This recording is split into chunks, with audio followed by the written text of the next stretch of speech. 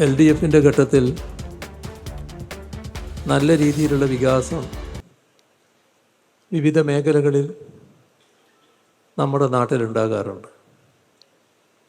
പക്ഷേ തൊട്ടു പിന്നാലെ കേരളത്തിൻ്റെ കുറേ കാലത്തെ പതിവനുസരിച്ച് വരുന്ന UDF സർക്കാർ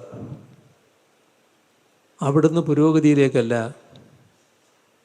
നാടിനെ അധോഗതിയിലേക്കാണ് നയിച്ചിരുന്നത്. പിന്നീട് വരുന്ന ഗവൺമെൻറ്റിന് ഈ തകർന്ന ഭാഗം നികത്തിയെടുക്കലാണ് ആദ്യത്തെ പണി. ഇങ്ങനെ നോക്കിയാൽ തിരുവനന്തപുരം നഗരത്തിൻ്റെ മുഖച്ഛായ മാറുന്നതാണ്.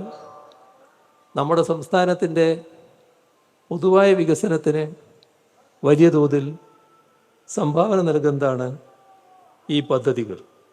ഇതിന് തുടർച്ച വേണം. ആ തുടർച്ചയ്ക്ക് 2021 സംസ്ഥാന ഭരണം LDFിനെ ഏൽപ്പിച്ചതുപോലെ കോർപ്പറേഷൻ്റെ ഭരണം LDFിനെ ഏൽപ്പിക്കണം. അതിനായി നിങ്ങൾ ഈ തെരഞ്ഞെടുപ്പ് വേളയിൽ അഹോരാത്രം പ്രവർത്തിക്കുക.